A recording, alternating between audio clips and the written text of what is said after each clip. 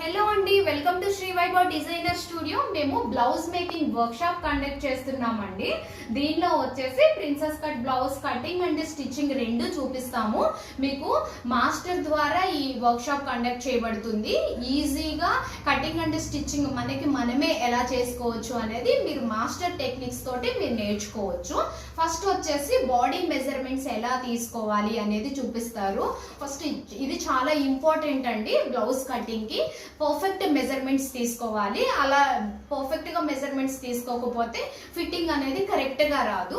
So perfect గా measurements ఎలా తీసుకోవాలి అనేది ఫస్ట్ మీకు మాస్టర్ చూపిస్తారండి. మానిక్విన్ తో చూపిస్తారు.